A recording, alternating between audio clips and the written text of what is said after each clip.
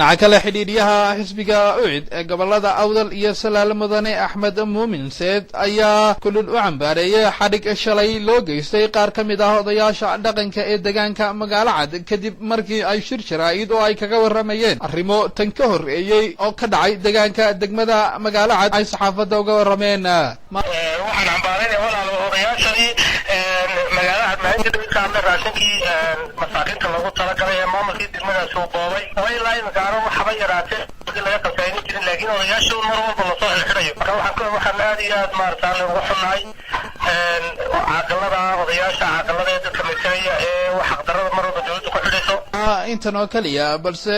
siyaasi Axmed Moomin Said waxa uu dalbaday in dadkaasi si degdeg ah waa sida uu hadalka u dhigay loogu soo celiyo xorriyadoodii waxaan ugu baaqayaa oo aad iyo aad ugu baaqayaa maamulka gobolka Awdal oo ka wakiil marada beetaya qaybta iyo dawladdu waa inay maartay xorriyad soo celiso odayaasha caqlada Abdullah Ali Yusuf